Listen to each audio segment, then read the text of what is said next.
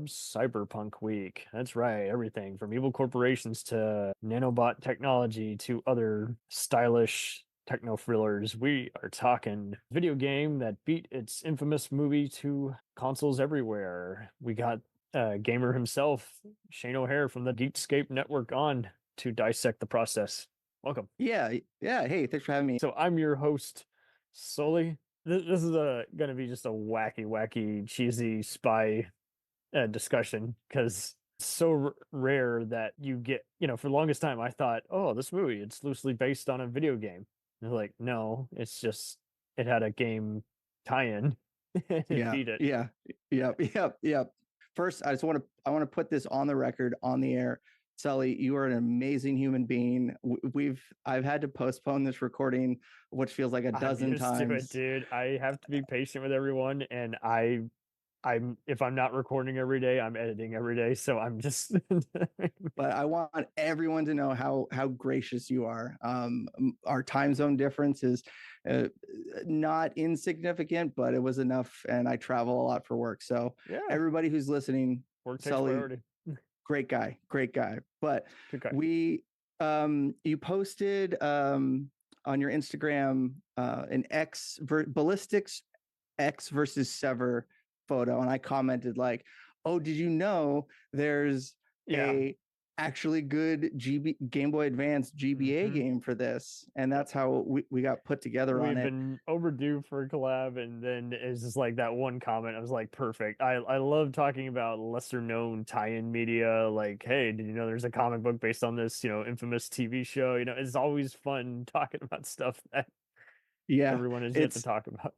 yeah, which reminds me, there's a moderately successful GameCube game called Killer 7, which had a wildly cool comic book, but the comic book wasn't selling, so it stopped. So the story never Wow. finished, and I have the issues, and it's a um the game is from Suda 51 Grasshopper Interactive, who made like No More Heroes. I'm looking it up now, Um, man. This llooks like a yeah, fun kind of Assassin Elite. I mean, we're talking about Assassins tonight, but holy moly. oh yeah, it's really cool.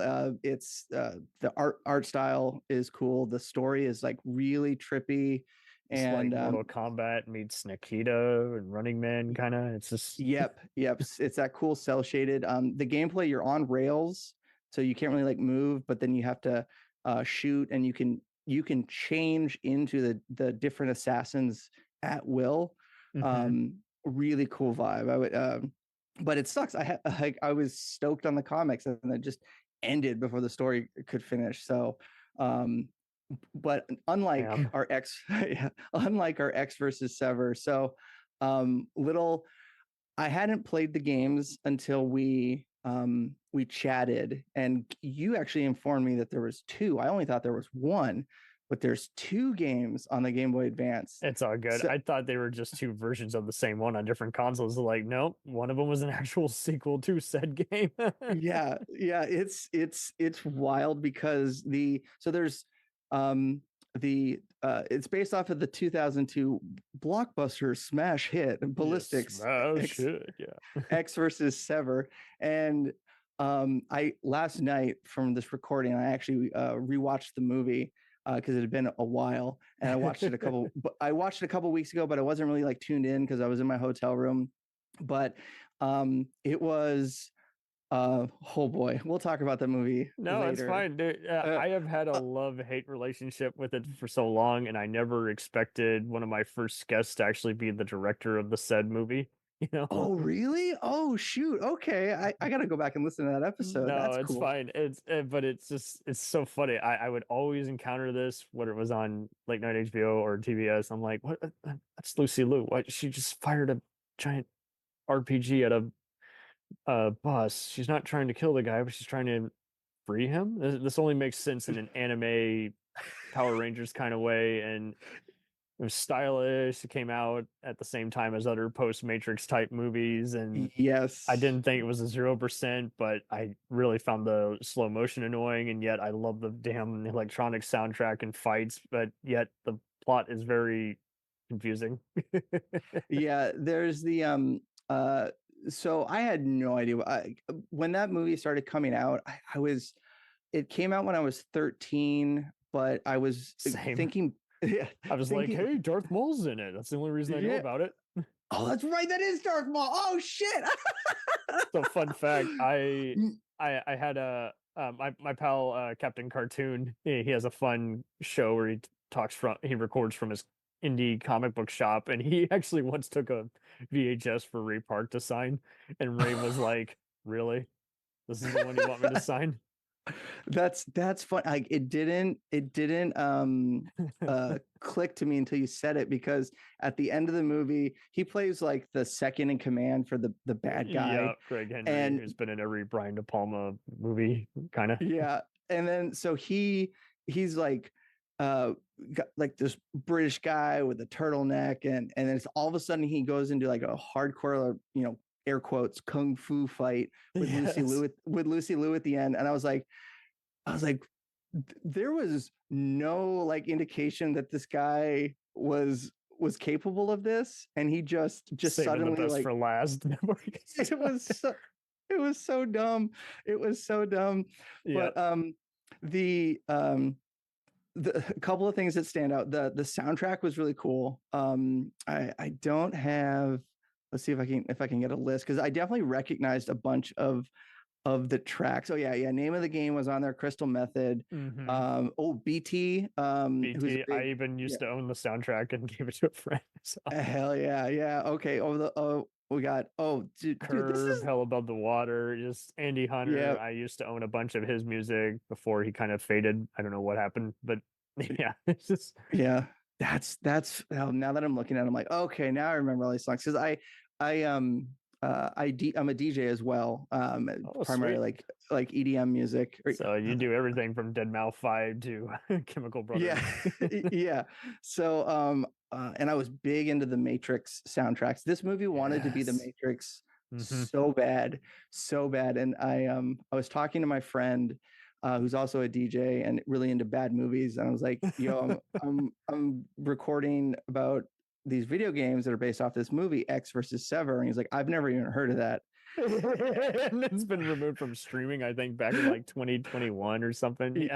Yeah. I had to sail the high seas to get my copy. But he looked it up, and I'm a light swear, PG-13 swear, but he looked it up and he's like, man, it looks like a shitty version of Equilibrium.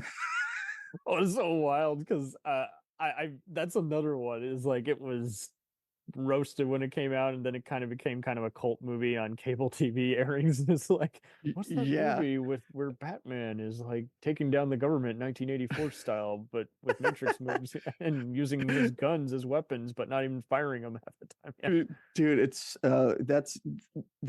this movie wanted to be the Matrix, and wanted to be Equilibrium, and it wanted to be Mission Impossible. Oh, totally, it's Mission Impossible.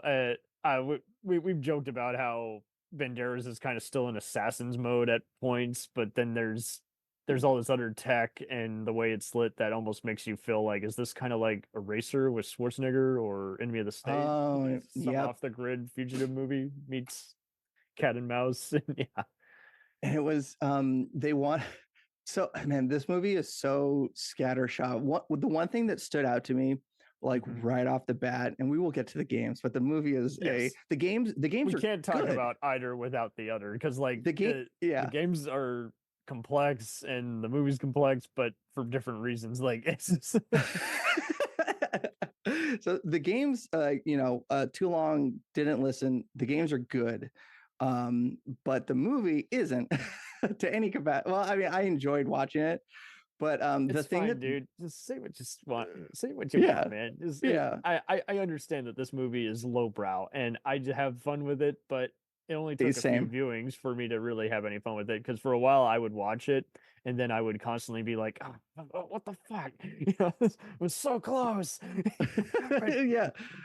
The thing that just, and it might have been my less than legit copy that I could scrounge up, but the sound design and the sound balancing was like the sound staging, all the effects were up in the front when they should have been in the middle or in the back, if that's a good analogy. Like if you're thinking of like an actual like Dolby theater Digital, stage. yeah. Yeah. So the Foley, like the sound effects of people walking were so loud and pronounced, and the music doesn't stop. Like there's constantly like a very loud bed of like electronic music or like Hmm. tense full strings, and Yep. that stood out to me, where it was just like man, like maybe this is my copy, or maybe they just mix this like No, poorly. it was always a last minute hack job, and it was one of those where, not only did the director get fired without being told, but even the composer. I think it was Oh like Trevor really? Rabin was attached, and then they replaced Don Davis, who, from Matrix, and Wow, I didn't yeah. know that.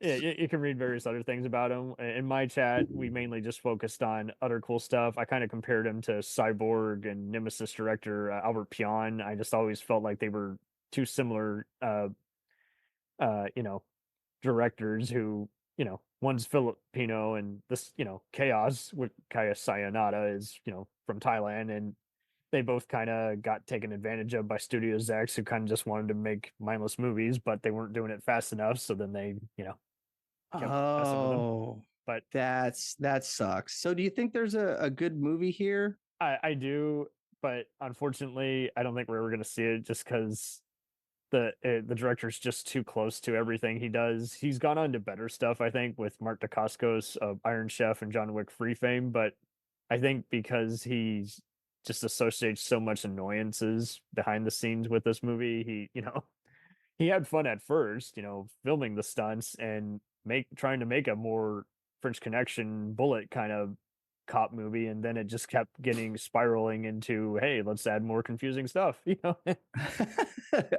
I'm um looking up Chaos right now, and yeah. he definitely has a style. Looking at the movies, he did Mhm. he did a Tekken Kazuya's Revenge movie, One Another Night in movie he was a Bangkok. part of but wanted to take his name off of, so Oh, I think he's been through the ringer so many times, and he's done a lot of commercials and everything, and I think he's just been to that point where, unless he can do a movie where he has some creative control and studios leave him alone, he's not interested, okay. So he's been He wants to do like a Michael punching bag. Mann.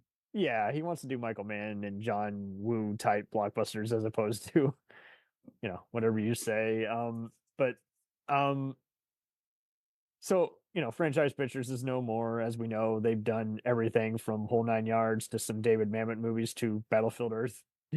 They're kind of the 90s 2000s version of canon films, so that's really the Okay. only way to look at this, especially when considering how the original script synopsis was kind of, it sounded way more like a Commando, and the director kind of had a Leon the Professional vibe in mind, Oh, okay. a kid is snatched, and the assassin's keeping him warm like a teddy bear, and then, defending Like him a from all these men. But I think that's just it. Like you say, just the way it's established is very confusing at first, and because you're paying attention to the cool fight scenes, it's even harder to pay attention because you're like, well, yeah. wait, Yeah. huh? Who's So portraying who? it would have been like a lone wolf and cub kind of thing. Oh yeah, an Uh honor system.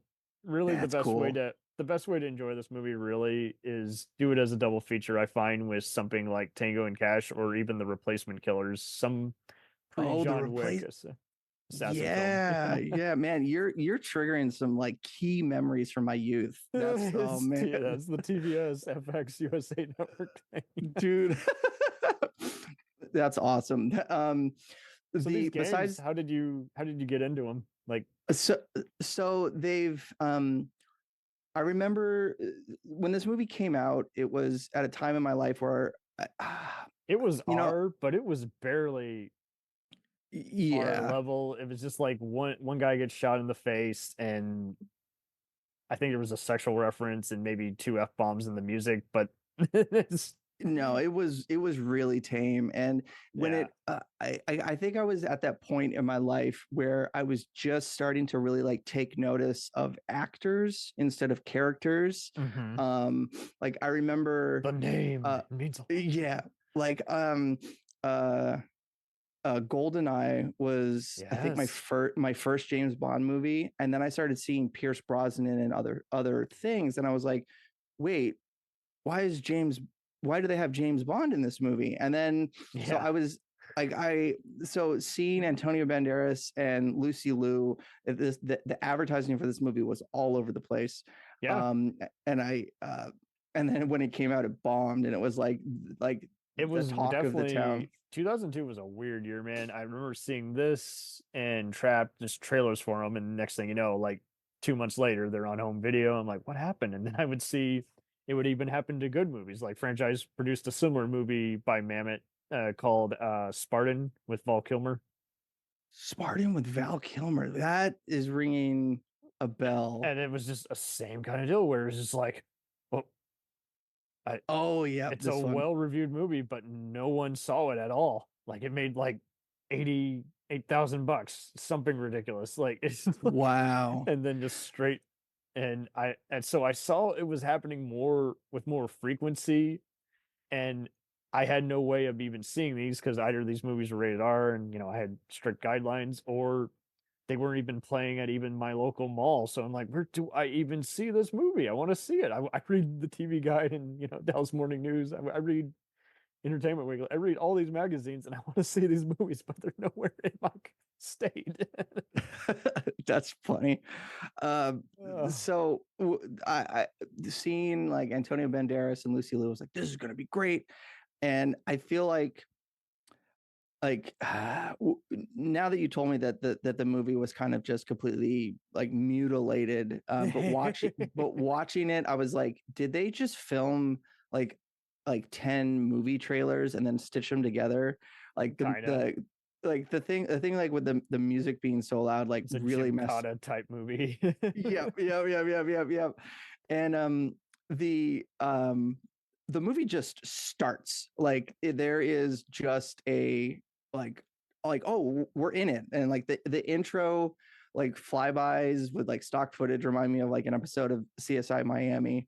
um Yes. Oh my God. Same year, and but yeah, same kind of and it movie. And it's a fun spotting the various Canadian actors who you've seen in all other stuff like X-Men and Mortal Kombat. yeah, It's just and the movie just starts, and i'm um I'm kind of a gun nut. Like I'm really into just like different firearms and like their yeah. history and everything.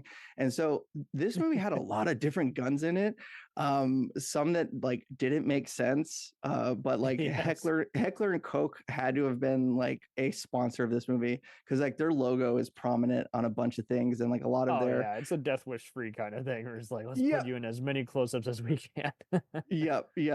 And the one thing that like really like the what was the DIA snipe team, they looked like the cover art characters from Counter-Strike Source with like the It green does. This is where it shirt gets like. all Tom Clancy-ish, and I saw that not and this is where criticism kind of blurred for me, where I would see how critics were like, we hate, nonstop masked uh henchmen. I'm like, well, for me, this is kind of a stormtrooper red shirt effect. I Yep. don't need to see their face. I kind of find their Yep. armor kind of cool, but uh it is weird when you even watch this, like if you even want to look at this plot even more, this is almost the plot for Sicario. They go to another country off the grid Mm.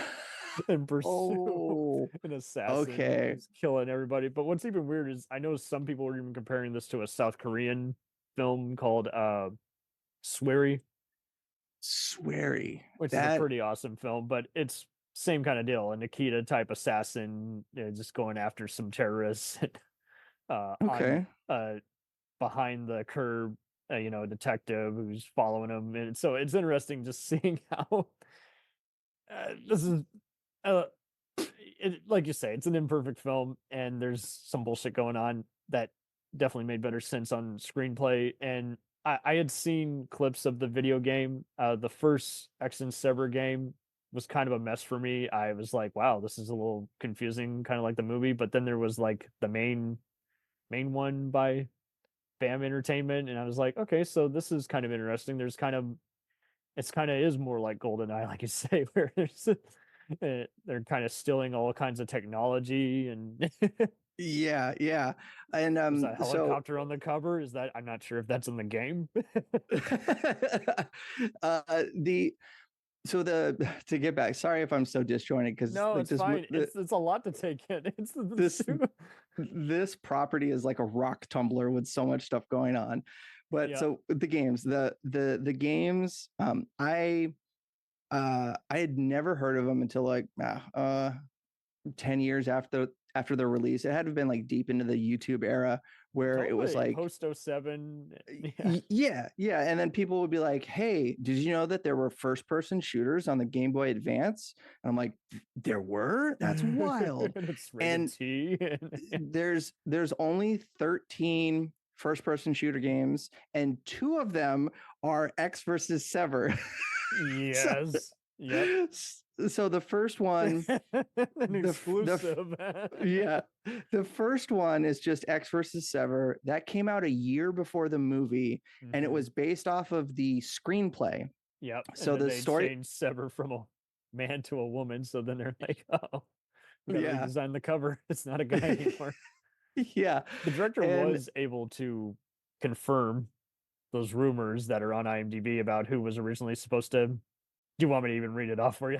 oh yeah, no, go ahead. Yeah, my jaw's Well, on the just ground right now. because it's relevant in that then we can wonder, what who would have probably originally been in the movie. Uh yeah, Chow Yun Fat and Jean Reno were the original options, and I was able to add that trivia, but Whoa. they were not in the budget, long story short, so never even came up. But he did confirm the original guys who tested together, and so he's like, yeah, so first it was Wesley Snipes and Jet Li. Whoa, okay. So to me, that is Art of War meets Fist of Legend right there. Yeah, yep. Art of War is another movie I kind of have a soft spot for. So to my own distorted mind, doing all fan films and everything, I feel like this is kind of in that same universe. Yeah. uh, and so the next guys who tested were Vin Diesel and Sylvester Stallone. Whoa. Whoa. And I'm Dude, not this sure how I feel about Rambo and Fast and Furious. I mean, was Vin Diesel in any of the expendable movies? Not yet, but he might as Not yet. well. I mean, The Rock Yeah. was. Yeah. Okay. Man, and it's not just so Antonio Banderas did a good job. Like He's like the main thing everyone says awesome stuff about, saying he is the most believable alcoholic agent we've seen. it was he did a good job. Everybody did a competent job. I feel like Lucy Liu was written very robotic, so she didn't like Data on Star Trek. Hello. yeah, yep. But oh, okay. So it's funny fine, because dude. Just the let the game laughter out. the games are good. But it's just so easy to talk about a dumpster fire. But so the games, like it came to me on like a YouTube like top 10, like this, and Nice. I was like, X versus Sever, that dog shit movie. It had two video games, and they were genre defying for this system. That I was like, that's gotta be wild. And so the first one that is based off of the original screenplay, Yep. I just played a little bit of both of them today.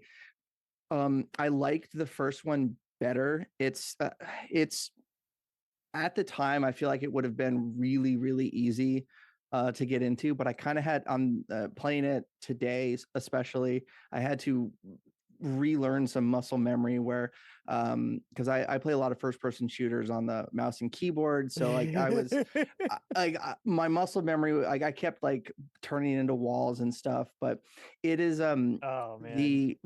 the company that developed it was Crawfish Interactive, and Mhm. they originally wrote their own engine for Duke Nukem 3D game. No. Oh my god.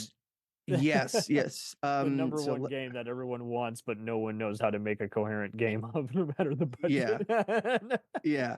So it was They used an engine for that had already That makes existed. sense. The graphics kind of give me a kind of similar feel of over exaggerated muscular men, with Yeah, yeah, gigantic and sci-fi weapons that don't exist in real life but look like the BFG from Doom.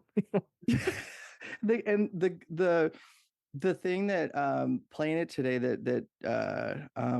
jumped into me was the when you pick up have you played Star Wars Shadows of the Empire on the Nintendo 64? Yes. Oh my God, dude. I was such a diehard fan. Like I read the comic, I read the book, and then I played the game. Yep, yep. So the Future episode, guys. Yeah. oh yeah, hell yeah, we'll do that.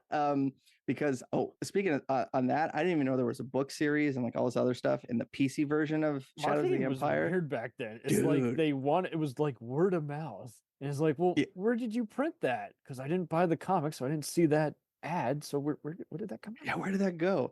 And I do want to correct myself. It was the Doom 2, not Duke Nukem. There was a Duke Nukem FPS GBA game, but Crawfish had worked on a Doom tech demo. But um, when you pick up ammunition in this game, it is the exact same stock sound footage from picking up seeker missiles in Shadows of the Empire, and I couldn't disconnect the two from my brain. Like it's the sound effect is like everyone's heard it. It's It's from so like weird to me. It sounded like they were doing a stock load sound effect, but then speeding it up to give it a yep, futuristic vibe. And the yeah. fact that they just did a copy and paste, they're like, it's fine.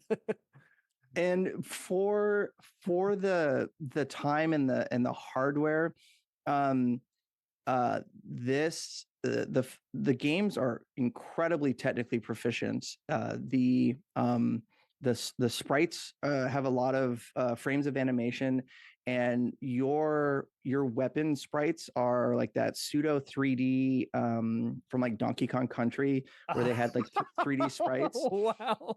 So Now I'm it's even more mad that this wasn't in the movie. It's like we need ridiculous armor and make it so. yeah. So it they play very well. I did like the first one better. The second one looked flashier, but it like it had you jumping all That over might the be the one I'm place. mistaking it for. I do recall you would pick up a bunch of like giant machine guns, but the henchmen and how they fell down was kind of bland. Yeah, I mean there's there's that And it softened the sound effect to make it sound more PG.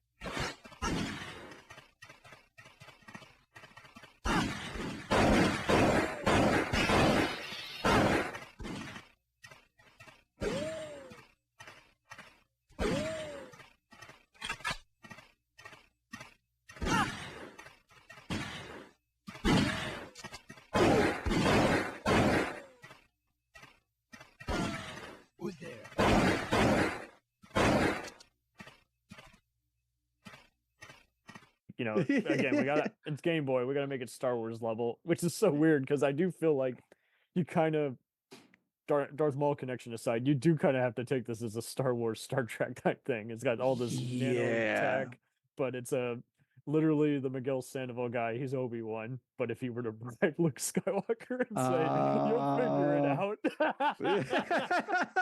you'll figure it out. Your wife's still like, alive.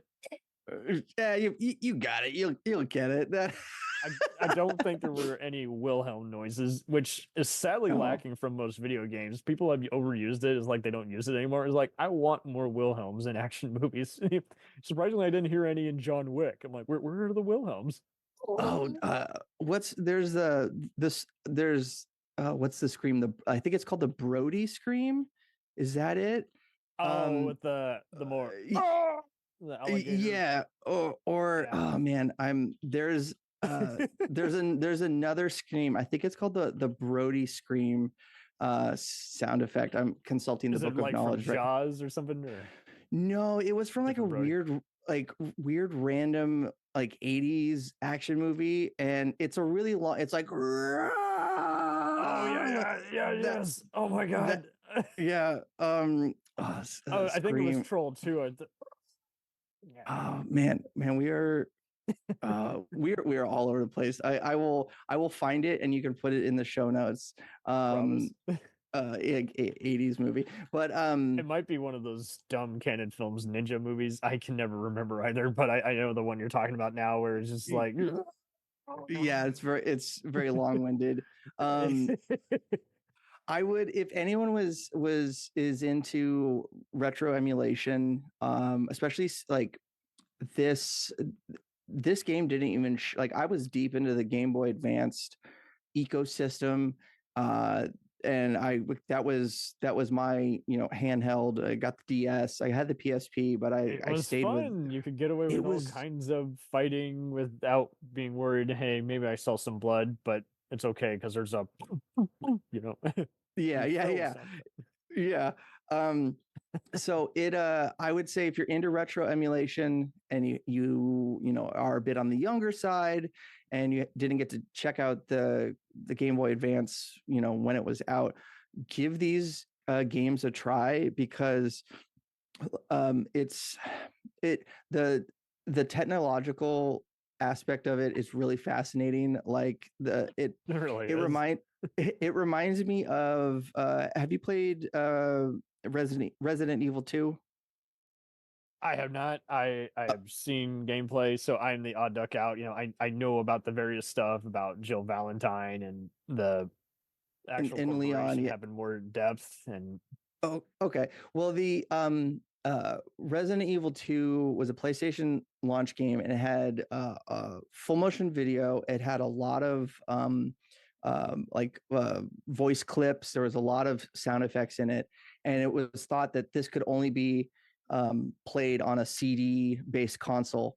And I can't remember the name of the studio, but they ported it to the N64, and they got this giant, like 700 megabyte game, and they were able to fit it on a 64 megabyte chip, and it had all the cutscenes and it had all the voice acting, and it is like you had to have it's it's the like CD-ROM era. It's like where the yes, animation was on a timer. It would repeat if you weren't going to the next stage, and you can tell it's a green screen in the same room, and then it, yeah. pause.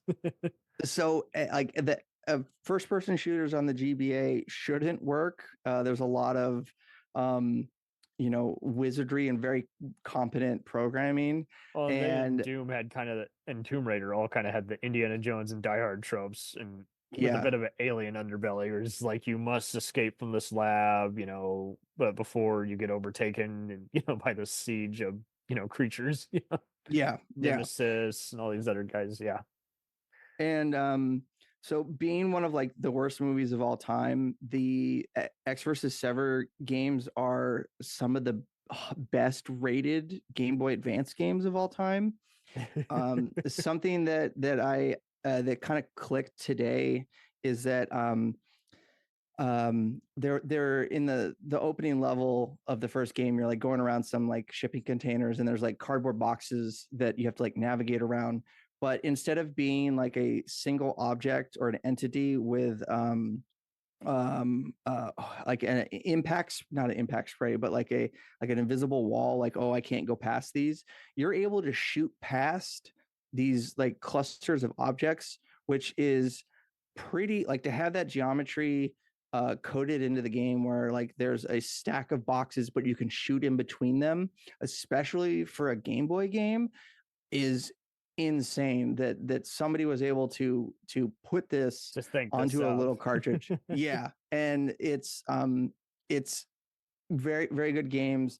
The go check them out. You can find online emulators. If you got a Steam Deck, it'll run flawlessly on that, or some of those retro handheld emulators. But yeah, unfortunately, this also falls into a category of what's that bad Wolverine movie with like the Oh, wrong Origins. It Deadpool? And had a very Origins. gory M-rated one that looked really awesome. I'm like, whoa, where'd this Yeah, come and from? that's the only other one that I can think of like right away where There's been James Bond games that had better yes, games, or yeah, based off their so-called movie. And I know the Constant game is kind of popular. There's all kinds of stuff. hmm Exceptions to the rule. yeah. So like the movie tie-in game isn't always like garbage. Like there was Lord of the Rings. What's the Very third fun one? stuff. What's the third one? Return of the King was very interactive. Yeah. Yeah. So that was like a really competent game. So don't, just because it's one of the worst reviewed movies of all time, don't think the Game Boy game is gonna lead you astray. I even wrote a fan film, Ballistic, where they're fighting Jason Bourne. Oh, dude, hell yeah! That's that. This movie Yeah. wanted to be so many different things, and I had forgotten that we had set this up for like Cyberpunk week until you said it in the No, it's all the good, intro, and then I was and then it hit me like the movie like has the narrative motivation for the movie was like nanobots, and I was like, what the hell, like this just like, this is supposed to be Did like I a miss spy. something? Was it deleted? Just all of a sudden it's like, yeah, they got nanobots that can give you a heart Are give you they a in heart all these attack. boxes of that so-called game that they didn't make it to the draft of the movie on the day of shooting? Not sure what's going on here, but it's wild how you're bringing up the Resident Evil stuff because yeah, it's like a nano machine, son. A nano machine and it will power you up. But maybe it'll turn you big like some of those power-ups Mario and Luigi stuff on Mario Bros. I don't know. I can only hope with more video games getting the time of day that finally people are speaking the same language and studio execs are leaving them alone, because that's really what it is. Like, imagine doing a game based off anything nowadays. And I think I would say the last decade for sure, the movie tie-in game, and this just could be that my exposure to it has dwindled significantly, but the movie tie-in game kind of like went away. Like we would have these big, yeah, we'd have these like there's Marvel games, there's Avenger games, but they're not like $1 million thing for them to bring it up. And it's not like a day and date release. Oh, here's another movie tie-in game that I loved. Kind of got panned a little bit, but the Enter the Matrix game for the GameCube and the PS1, the Wachowskis. It got released on the same day the second movie was in theaters, and there's stuff that you do in the game that affect the movie. And at one point in the movie, you see Ghost and Naomi like in the background of a scene. You're like, I saw that cutscene in the game. And there's like in the movie, like all the I promise we'll get you on the Matrix special because we're talking. Hell yeah. I could talk about the Matrix and the Animatrix all day, but that also blew my mind as a kid, where it was like in the movie, like, hey, we need to do this attack. We need to blow up the power station. The supporting characters are just as important. Yes. Yeah. And then in the game, you go blow up the power station. And like the intertwined media. The movie barely touches on it. It's like literally a minute. You're like, what are they doing? Oh, they're blowing something up, but you're following Trinity and Morpheus breaking it. Yeah. And it was so that's another one, but I wish I would have checked these games out back when they got released, because it would have been like really cool to play. And I'm looking at oh wow, I'm looking at Crawfish Interactive's like their list of games. They were the folks that were working on the unreleased Grand Theft Auto on the Game Boy. What? And that got leaked a number of years ago. And everyone's like, yo, this is actually pretty like playable. Yeah. So like shouts out to Crawfish Interactive. Like they did the Driver. Okay, so this studio has some pedigree. So it's really not like um, it's not surprising that they were able to do some It's not like you wizardry. had a bunch of kids play with fire. You did have a lot of underdogs who could probably tell you stories. I mean, Yeah. it reminds me when I used to talk to this guy who was doing a speaking at my college. He was one of the heads at Sony ImageWorks who won the Oscar for the X-ray effect that's in Total Recall.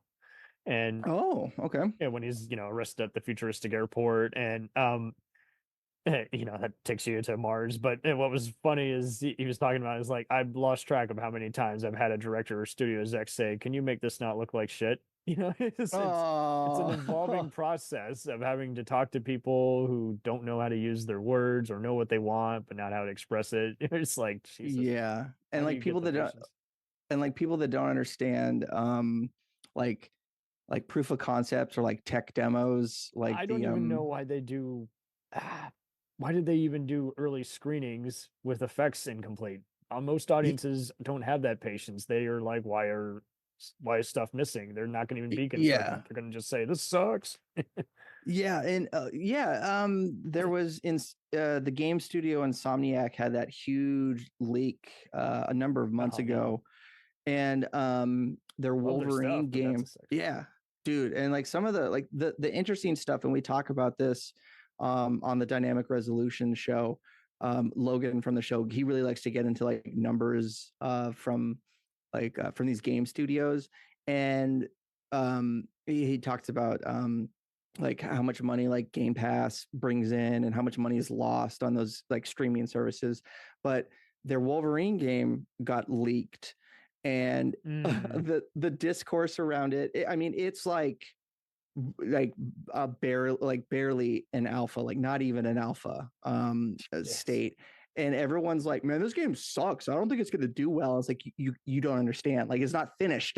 like like Yeah, it's like looking at a deleted scene and saying, "I don't think we can work with this." It's like, well, have you re-edited or chosen a different frame, or are you just looking at the raw, you know, yeah, it's not color corrected. yeah, the green screen hasn't been filled in. Yeah, of course it sucks. It's not done.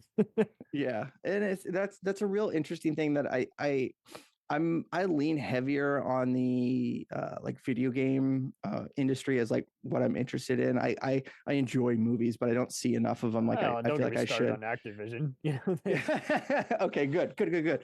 Um, but the discourse around like oh, this game isn't finished, it's garbage. Like, yeah, but like you just said, it's not finished. did you even hear yourself? Did you Like read what you when just said? when Grand Theft Auto 6 got leaked, everyone's like, man, this looks like garbage. It's like, what are you talking about? It's I get years that away. too. I'll see snobs do that on movie sites saying, I don't want just anyone, but I'd rather give it to a new guy. And then one of them will backtrack and say, I'm not going to something with a nobody. It's like, well, which is it?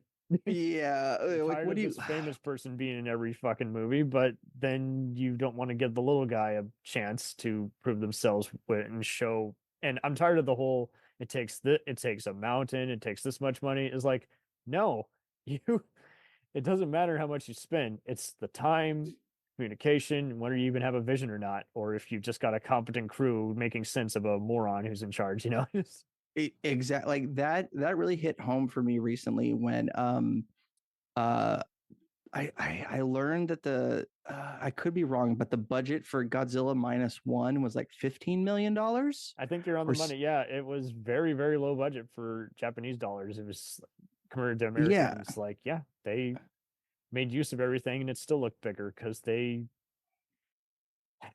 had a vision. And yeah, it's and they just were annoying having to explain this to everyone again. You're like, oh, they looked out. It's like maybe they did, but maybe they didn't overspend on marketing. I don't know. It's yeah, right. And the director for minus one has publicly multiple times said, hey, Disney, call me, I want to do a Star Wars movie. And it's like, dude, give him a Star Wars, that would be tremendous to give see this anyone, guy. man. Just give all these True. guys who don't overthink it.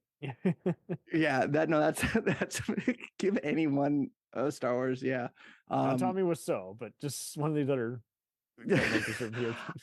I had a I have a really weird soft spot for Uwe Boll films. No, no. It's okay. He's probably, so I think my favorite director has to be Guy Ritchie. But Uwe Boll is a close second, and that probably sounds like I'm a psychopath, Aren't but we all? yeah. But the stuff that Uwe Boll did, and I haven't seen any of his like recent films, but the guy, I love that he would do all these video game movies, and even if they were dog crap, like the Blood Rain and the Oh God.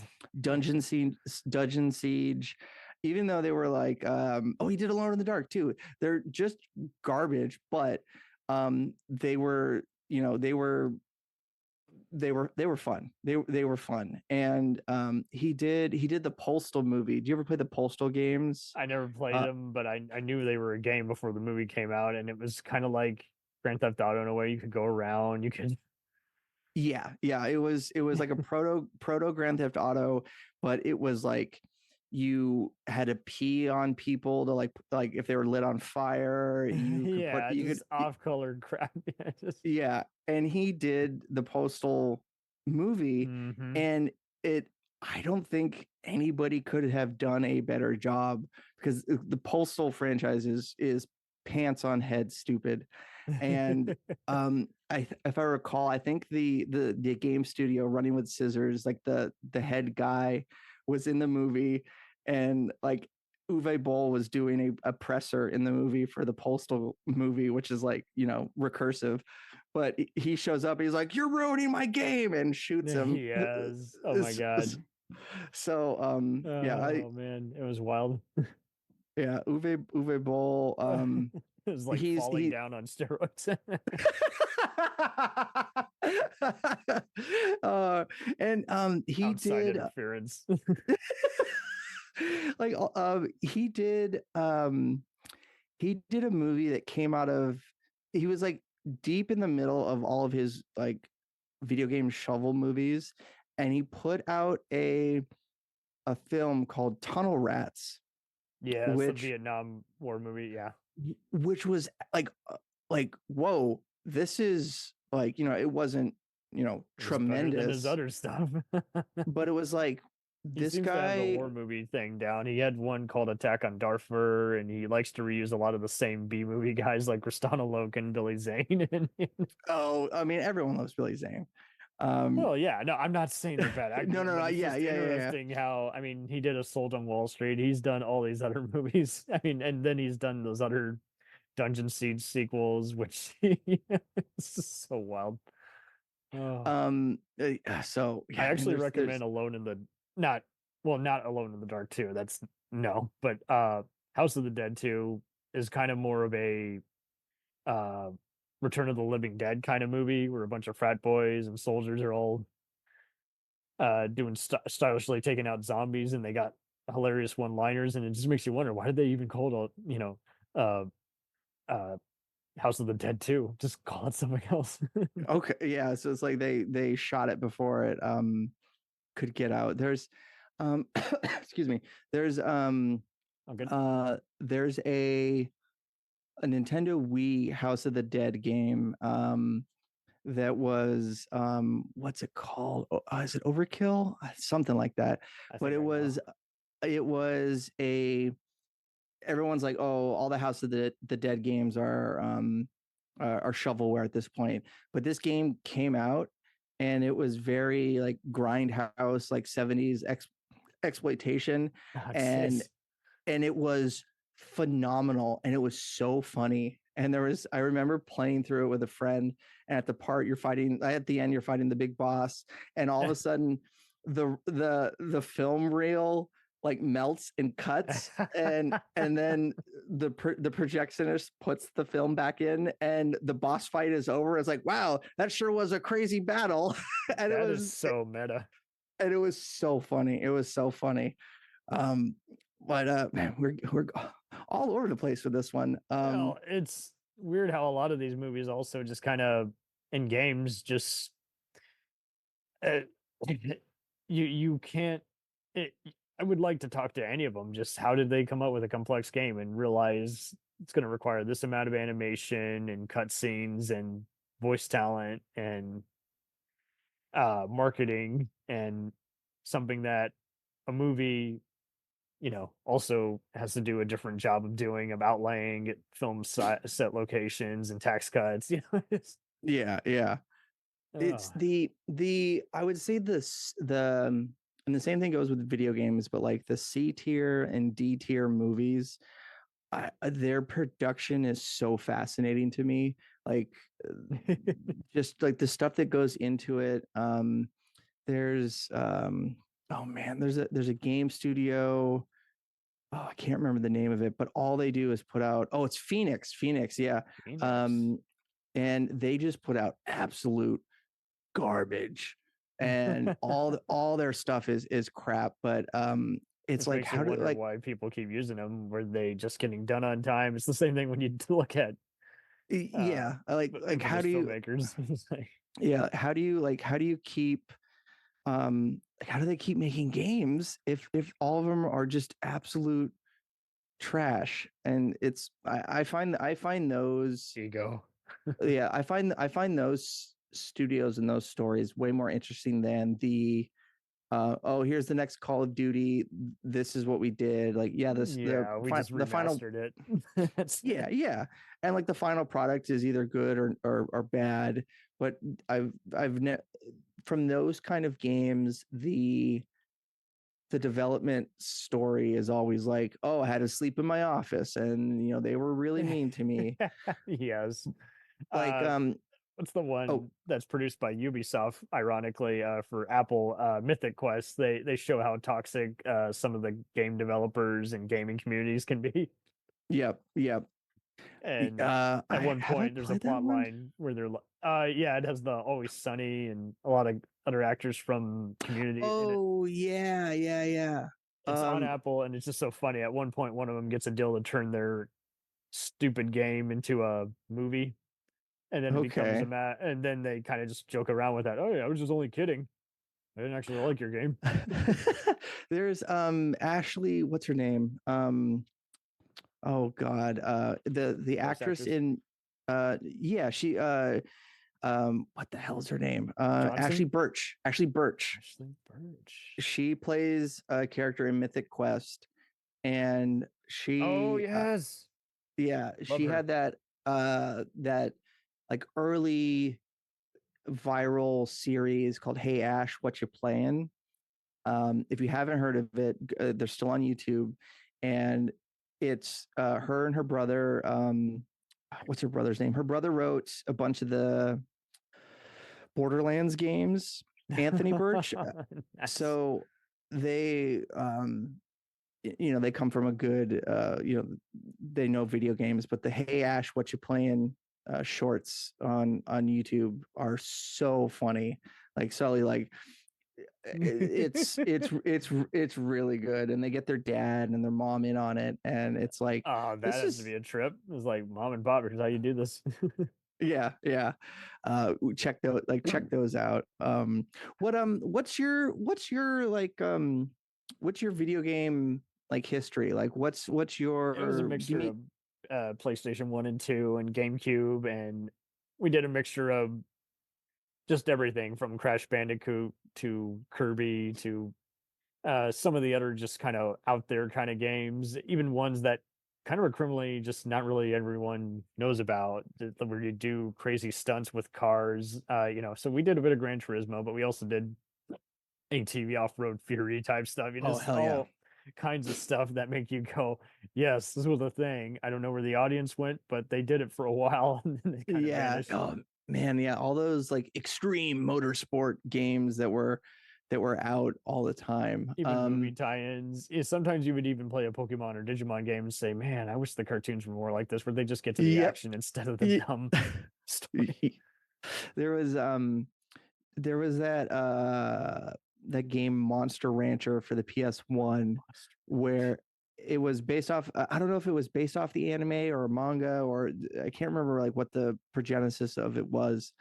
But you could put on the PS1, you could open the disc tray, I'm and it seeing would it now. Oh my god. yeah everything would be in memory, but there was a part of that game where you could like summon or create new monsters, like Pokemon-esque.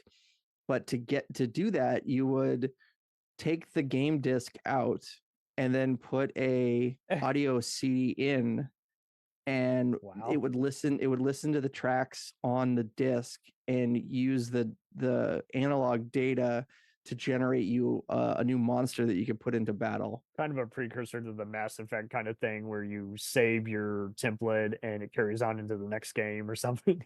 Yeah, and it was do you since we're the same age, do you remember Scanners, that like Tamagotchi style game? At first I thought you meant the Cronenberg movie series. Scanners video. Yeah, Scanners with the Z. It was like a Tamagotchi, like Digimon thing, but you would go to the grocery store and scan barcodes to find the monsters that were hidden in like the food. I never saw this, but I'm looking at it, and it is a total precursor to Pokemon Go. Yeah. Oh yeah. And Pokemon Go it has a comic book, and you have to collect all three in order for the storyline to make sense. Wow. Yeah. Scanners was that was, when did it come out? I'm seeing early 2000s and it stopped around early 07, it's saying, but that's wild how there's a racing version, there's a commander version, but like you say, it's a monster collecting game. But you know what?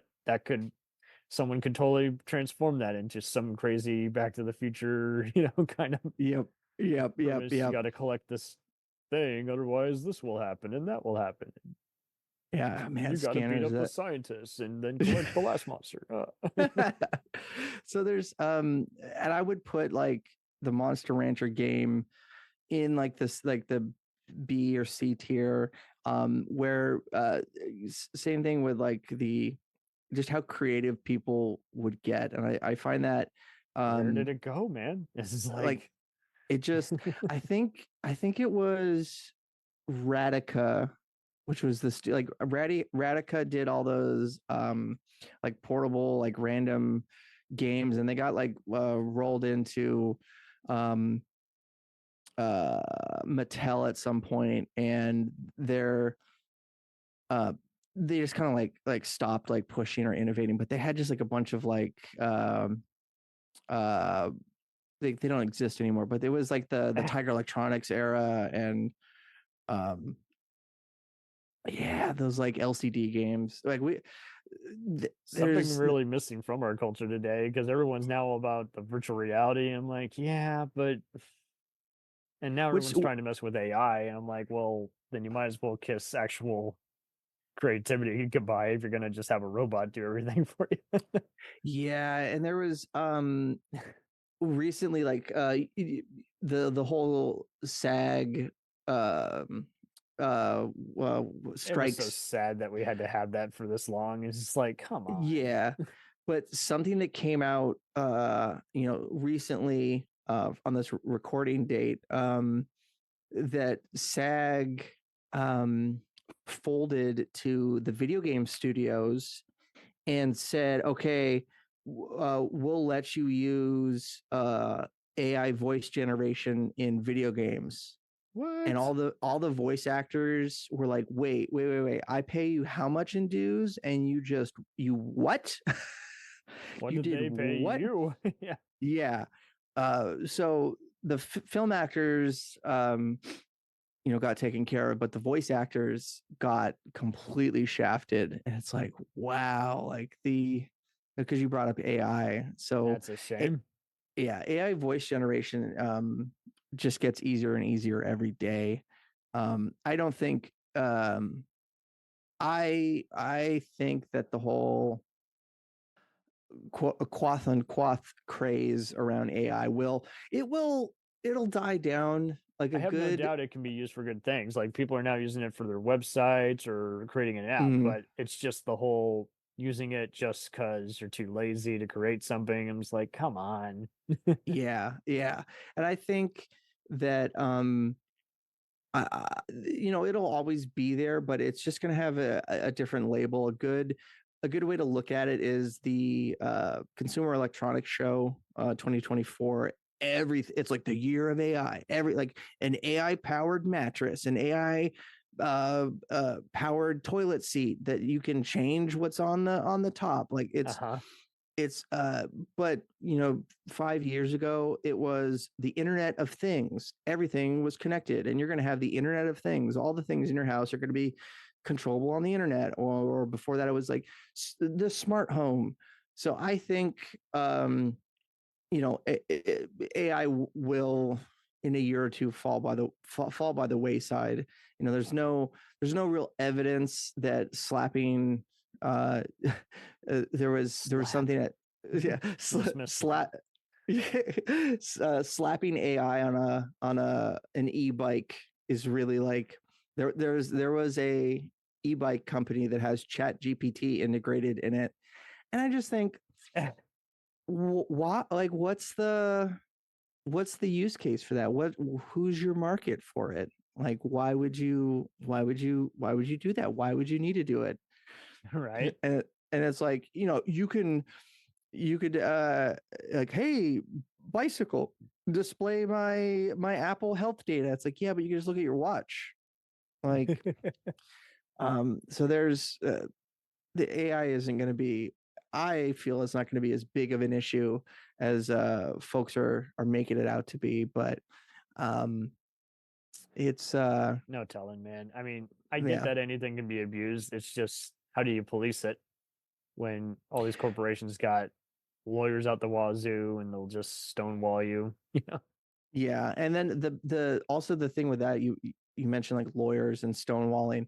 There's also a generation of folks who are in legislature or like in judges don't understand things like that. They're the same idiots who were brainwashing your parents, saying, oh yeah, this will make your kid become an incel school shooter. No, it's just gonna, if it's all they're doing, maybe they might be violently prone or do something unacceptable and might have to go to detention school. Maybe you can be I don't know, a parent and teach them meaning of life. Don't give them an iPad. We'll return after these messages.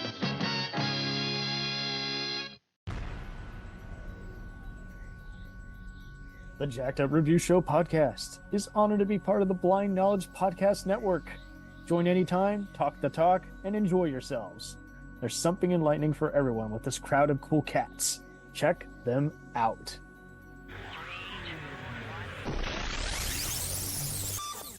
Hey, it's Brent Pope, the host of Breakfast with Brent Pope. You've seen me on some of your favorite TV shows saying things like, give it up, Jimmy, you gotta sink this putt to win. On Breakfast with Brent Pope, I sit down with guests from the entertainment world and we do it all over breakfast. Or should I say Brentfast? Every week on Breakfast, you get inside Hollywood info and tips, great breakfast recs and foodie debates. Most of all, you get the most delightful 30 minutes of your week. So dig in, it's Breakfast time. Listen at breakfast.com, Apple Podcasts, or wherever fine podcasts are found. Do you ever find yourself thinking about who would win in a fight between Goku and Superman?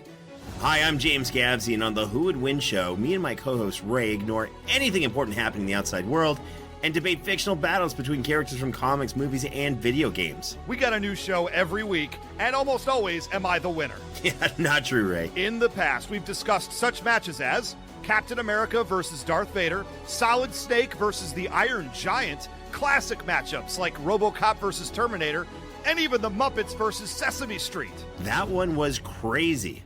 So if you're a fan of geek culture and love a spirited debate, check out the Who Would Win show wherever you get your podcasts, or check us out at whowouldwinshow.com. There was there's a YouTuber named Goat, G0AT, and he blew up recently because he exposed a big world of cheating in a online first-person shooter called Escape from Tarkov. But since then, he started doing more investigative docs centered around like video games, like loosely. And he did a video recently where he interviewed two young men that had gone to jail for things they said online, and it was it was stuff taken completely out of context. Like there was one guy who was just trolling another guy in RuneScape, and this kid ended up going to jail, and the key takeaway was, he said in his sentencing, like to the prosecutor and the judge, which probably shot him in the foot, but he said like, hey, you don't understand because we're from different generations. Like just because he, was in RuneScape saying he was going to go shoot up a school, there was no evidence that he was going to do it. But they threw him in jail for 7 years. So the people that are going to regulate AI and the people that are going to like make the decisions are from a different generation, and they're not gonna. It's tough to tell who's making a fucked up joke versus who is legit threatening and harassing. And I don't really know how you can. I feel like some of it is kind of like typical, like even a Facebook group, people just get tired after a while and they're just like, okay, took one to ruin it for everybody. You're all in trouble. It's like, damn it. Yeah. I would, anyone listening, it's kind of a tough video, but check out Goat's video on the two guys that said stuff online. And, one guy, just watch it. It's heavy. And it's like, yeah, these people that don't understand, trolling or like shit talking on 4chan, they don't understand it. And that's 4chan though is kind of troll Latin, where it's just like, can we just like not troll at all? Like, yeah. But there's people on there that just say horrible things, but there's zero evidence that they'll actually do anything. And then I remember that's also true. It does kind of go into the whole who's being a douche versus who's actually disrupting the peace, and making legit threats. And I think that's just it. It's very hard to tell who's taking being legit versus who's actually, like you say, you need younger people who can kind of have done kind of psychology and can kind of have been in various social scenes, and they can kind of separate the different, this is just a toxic scene, but no one here is actually here about to, legit come to the school and put someone in harm's way, versus this is just a parent who watches Fox News all day, but they don't mean anything. They're just sharing their toxic mind, It's not... Yeah, and there was you mentioning Fox News triggered a memory. There's and I talk about this. This was my favorite game of 2023. It is a tactical first-person shooter called 6 Days in Fallujah. If you haven't heard of it, I'm not surprised, but it has been in development hell since like 2006 or so. And I remember hearing about it like on, gaming websites and everything. And the game is about the 6 worst days in the battle for Fallujah, and the game is made by Marines that were there. And I'm looking at it. Why was it delayed? Just short. Long story short, was it just so? So it was originally going to be published by Konami, and when it had first gotten announced, it hit the and I'm not taking political sides here, but I'm just stating the facts. It hit the right-wing milieu news cycle, and it was on Fox News like, this game is it's disrespectful for veterans, like it's gonna be doing like it's, and it just got absolutely dogpiled by I'm surprised they didn't change the name or something. It's just like, man, when people are just taking everything out of context. I'm seeing other people, like you say, they're talking about this. They were claiming, oh, you're going to glorify war crimes. It's like, no, we're just showing, a battle that took place there, Yeah. And so Konami, a Japanese company, was like, well, we're done. Sorry, we pulled it. But the folks that were working on it just stayed working on it quietly. And something that nobody on the right had talked about was, hey, they they did interviews with the Marines that were there. The Marines did it They had their voluntarily. approval. They wasn't Yeah, just you making shit up. Hey, we're doing the A team and making it look real. yeah, and they interviewed Iraqi citizens that lived in Fallujah at the time. So it went quietly under the radar for over a decade, and then a year or two ago, it just popped up like, "Hey, we're still making it. Here's a tech trailer," and it's so funny to me because I remember vividly being stoked for this game and seeing the folks on the right who don't understand video games or what was going on. They just wanted Or to it's get too woke. Blah, blah, blah. It's like, what does that even mean? It wasn't ever exactly. going to be a nice so-called game. So what is it? Yeah. Is it just woke because it has a person of color being a hero? What? And you guys don't like that? What the fuck? So I remember the folks on the right hating it, and now the negative discourse around it is people on the left saying this elevates war crimes. What happened in Iraq was terrible, and like we were killing civilians, and it's This like is you don't propaganda. And it's like, no, it's not. like, and like you don't like they interview like folks that were in Fallujah. They got rescued by Marines. Like it's so the disconnect I from see people do that with even shows like 24 or Law and Order, saying they took a side. I'm like, all the creators have said on the record, we're an apolitical show showing you different sides. And I've seen people even do it with, Always Sunny is like one of the few politically incorrect shows still in the air. And it's like, it's because they're in on the joke. yeah. Saying South Park doesn't know what it's saying, and South Park totally knows what it's saying, and it's doing that, and it's making fun of the fact of anyone who's still going to get butthurt over something they're about to say that they shouldn't do. They're just showing you, hey, why is this really wrong? Yeah, that's a good point. But like you say, it's dead on arrival, and it's like, it's almost like, I listen to the Young Turks a lot, and there is a bunch of even corporate media kind of attack ads, and it seems like all it takes is just someone, vice president's, cousin who owns a church, and he or she or his wife doesn't like one thing. It's like, well, I guess we better blindly attack it. It doesn't yes, exactly. have anything to do with what's actually on screen. It's like, you said this one word that triggered me. I want to kill you. I want to end your career.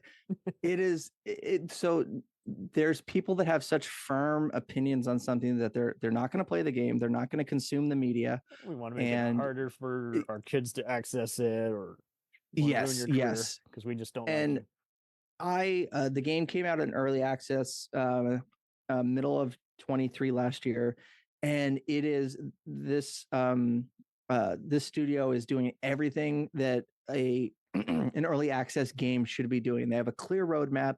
They're putting out updates. They're listening to the community, and it's been out 6-7. What they ultimately care about. They want you to buy this on Steam.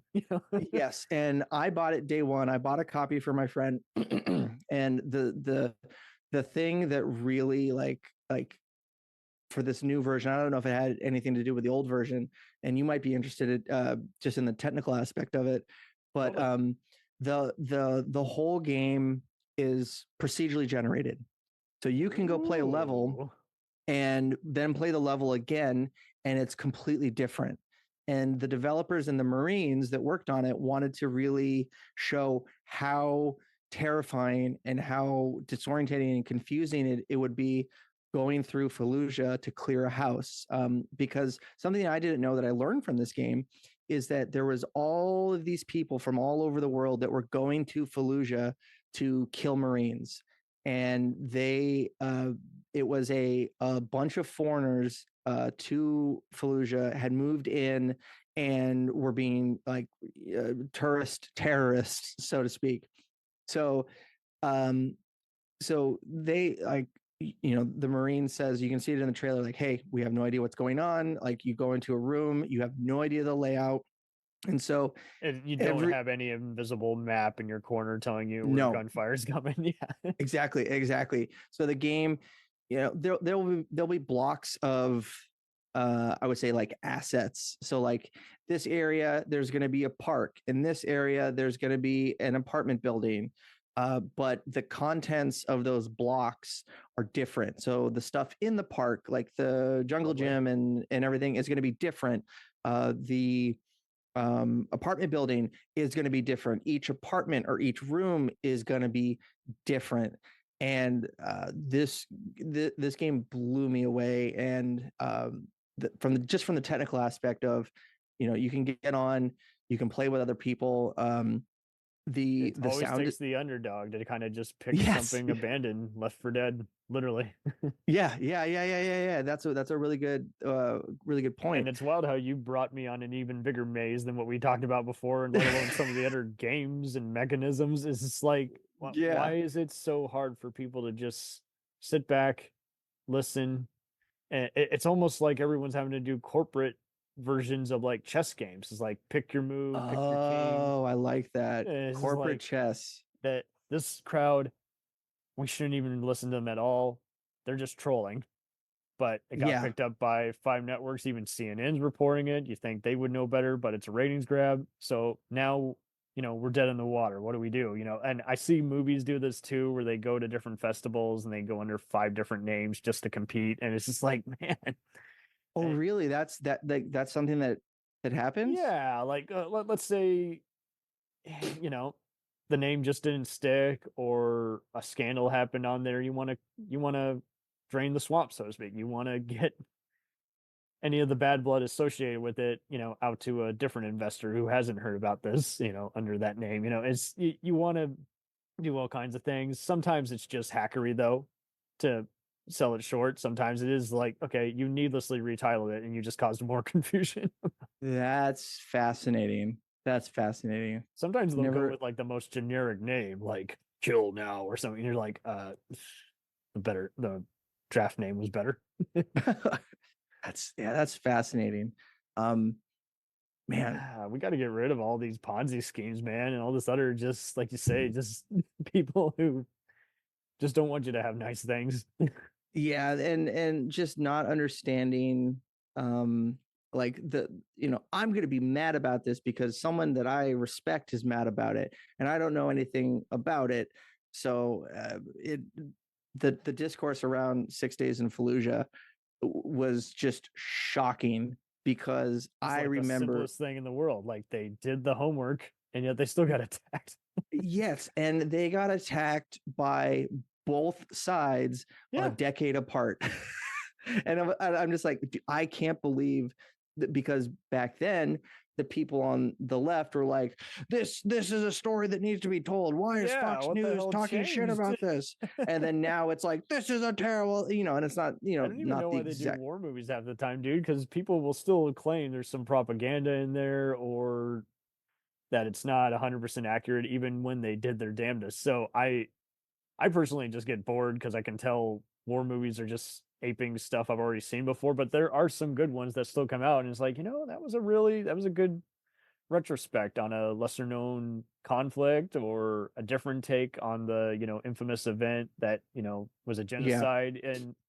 But in a game, it's like, it is hard, because you want to mix in realism with escapism. So it's like, what do I do to appease that crowd who wants something gritty that's not just going to be the next Medal of Honor, or just the next, like, safe, quote unquote, like, military shooter. You look at other stuff post 9/11, and what stuff people clearly weren't paying attention to. They were just focused on, it's very gritty and gruesome, but it's okay because it, this show aired after 10 o'clock at night, so no one bitched, or this game didn't advertise except like on Spike TV, so no one was afraid of their kid playing it. It's like, that what triggered, they don't know can't hurt them. Exactly. Go ahead. Sorry. I don't know why my brain connected these dots, but this is the point of the show. Jack it up. This is a wild story. So when I was 16, I went to go buy a Splinter Cell game, and the guy was like, "Oh, I can't. It's M-rated. I can't sell it to you unless you're 17." And I was like, all right, whatever. I was working full time at the time. Like, I had a car, and I was like, okay. So I called my dad on my like no camera Motorola flip phone. I'm like, hey, Dad, there's a throwback. yeah, I'm plugging in. it was Be on the phone for more than 10 minutes. yeah, I was pre-Razer, and I was like, hey, Dad, where are you? I need to, like, they won't let me buy this Splinter Cell game. It was like the sequel, and like, I promise I had the we'll do a first Splinter Cell special. Just hell yeah. So I had played the first one. My dad was like, Tom Clancy made a video game. I'm like, oh yeah, he made a bunch. So like we connected. He put his name on it and everything. Yeah, so we connected over that. But he was like 30 minutes away, and like 30 minutes in Alaska is way different than like 30 minutes in LA. I bet. that is he's Different territories and he's quite a distance away. So when he says 30 minutes, like, he's got to go far. He's like, I can't make it there. And my dad, he was born in the 40s in northern Florida. This came out at the same time as Ballistic. Yeah. In 02 it comes out, and they use crystal meth, the name of the game, again in the advertising. What's with this? Oh man, interesting. It must have had this spy movies. It must have been the thing. Anyway, go ahead. Sorry. No, that's and we'll wrap this up after his. But this is great. This is fascinating because LA traffic. Yeah, it's not like the movies. So Alaska. Yeah. So you fog and yes. So my dad, he's a good old boy from northern Florida. He's like, just stand by this and I was at a Fred Meyer's, which is like our Kroger. And everyone's got their version of that or greater value. Yep. And he's like, just wait by the front door and like wait for me. Yeah. No. He says like, wait till you see a guy like in his 20s or 30s come in and just ask him to buy it for you. And I was like, oh, okay. So I'm at the front. I are not only in a similar timeline, but your father taught you what my mother taught me. It's okay to tell a white lie once in a while, because no one gets hurt.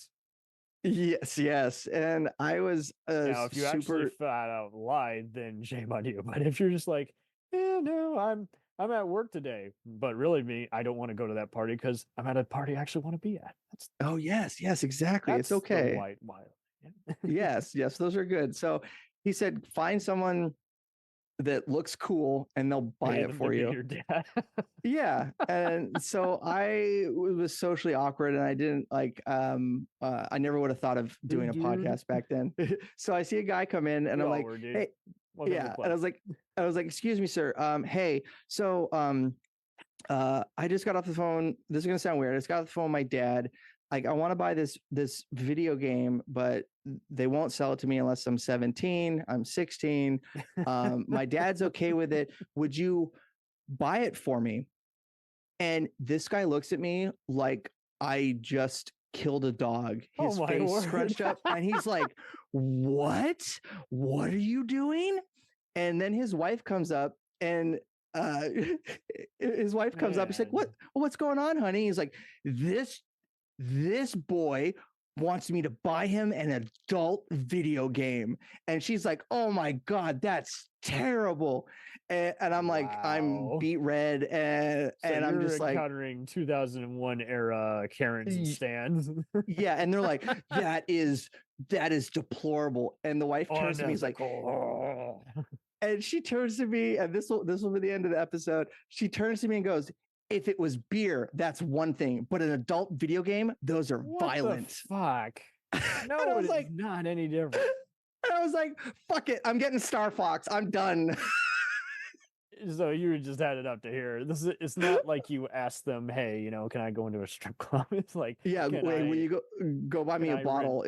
Can I rent a illicit magazine? It's like, I just want to play a fucking video game. It's like buying a movie from Blockbuster, but my parents not here with me, and it's I was like, I couldn't believe it. So just a string of bad luck. But I feel you, dude. I tried doing a similar thing with my grandmother one time, and I was doing a similar thing. It's like, oh, it's by Tom Clancy. It's the Punisher video game.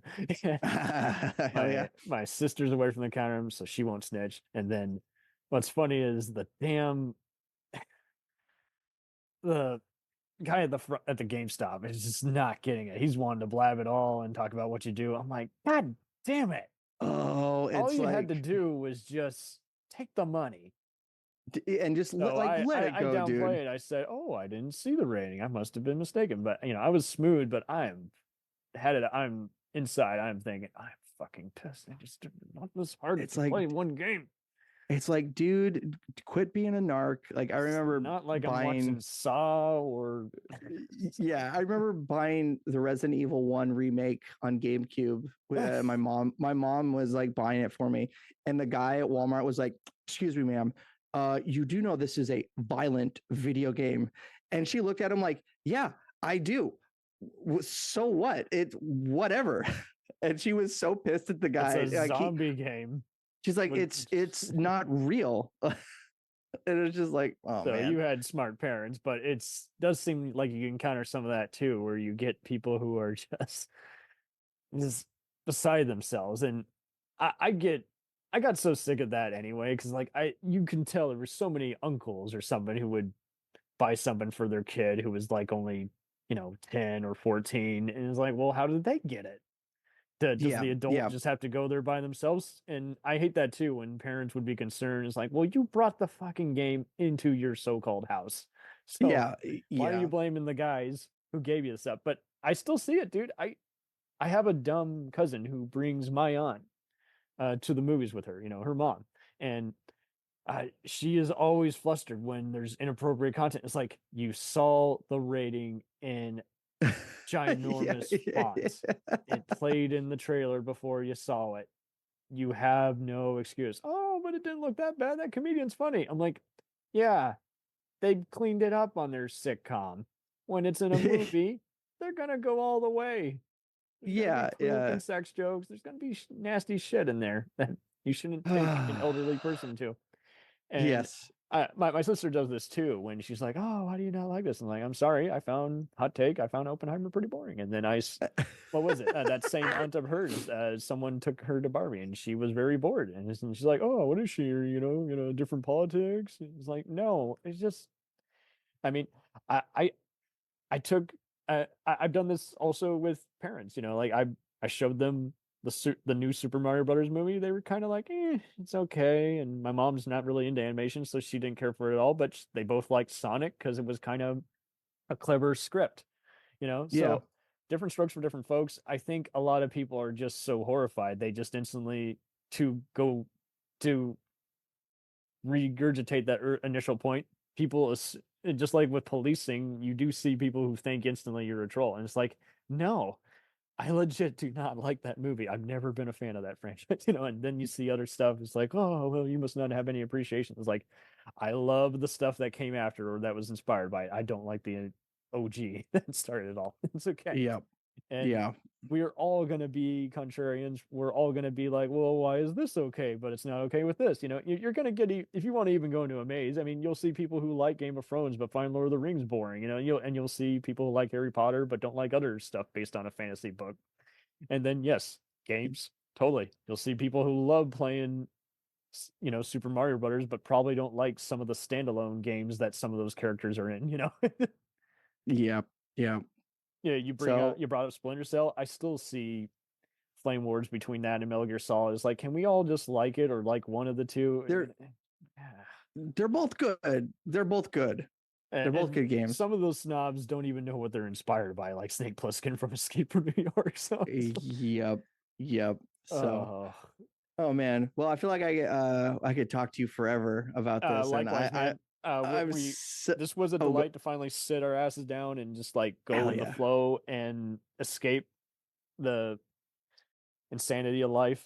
And the Ballistics Ecks versus Sever. It was a ballistic chat, yes. And, ballistic chat. Oh man. I mean, hell, there was a fucking game on the DVD where you play as either Ballistic or Ecks or Sever, and it didn't make any sense. There was no way. There was. Yes. No as a special way. Feature, and it was just like, talk about a hackneyed game. Is like, who do I play as? And it just would show a random fight scene clip from the movie. Is like, that's how much It was kind of like that one multiplayer thing in the Enter the Matrix game where you can tell they didn't spend that much time on it, but it was even worse than that. You're like, well, how do I even win? That's funny. It's that's an unwinnable game. It's not. It's like Tetris, but with meets the ET video game. You know the one. Yep. What's it's a special feature for a movie that I would rather see there be a commentary track or it's like, and all the other That's thing they right. have is the HBO making of. So I guess there was technically free Ballistic games, but Yeah. It's only 2 that count. So yeah, the only the 2 that actually came out were good. So yeah. So thank you so much for having me on. thank you, my dude. Keep blogging, keep sharing your fun nostalgia with people. There are so many people who want to go back in time. I guarantee you. Yeah. Do you mind if I plug the socials real quick? Let's do it. Yeah. I'll So plug 'em in here. check out more of me and my 3 other co-hosts, Derek, Josh, and Logan. You can check us out, Dynamic Resolution, a video game show. But much like this show, it's dynamic. We did a whole Christmas special where we were testing different cookies in different liquids. So you can check out Dynamic Resolution show on Instagram and check out geekscape.net. We're part of the Geekscape Network, and there's a million shows, a million topics. There really are. Really like everything that Sully covers, we have an individual show that only covers that. So if you're into that, we can hook you up. And anytime. But yeah, I'm Shane O'Hare. Thanks for having me, dude. Anytime, my dude. This was such dynamite, and it was just cool to just kind of have us kind of come out of our shell. It was like, let's make this as uncanny as we can. Let's go into uncharted worlds. Yep.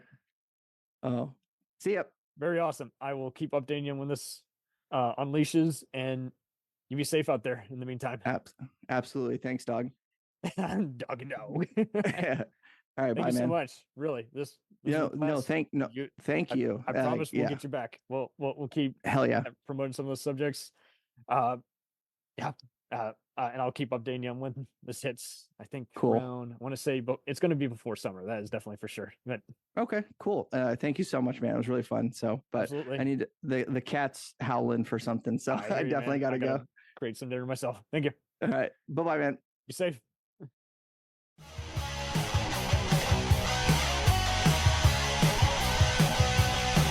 Follow us on the web on Facebook, Twitter, and Instagram. The podcast is available on Podbean, Spotify, iHeartRadio, Anchor, Apple, and anywhere else podcasts are available. Feel free to review our show and leave comments on any of those sites. Thanks a million for listening. It's a jacked up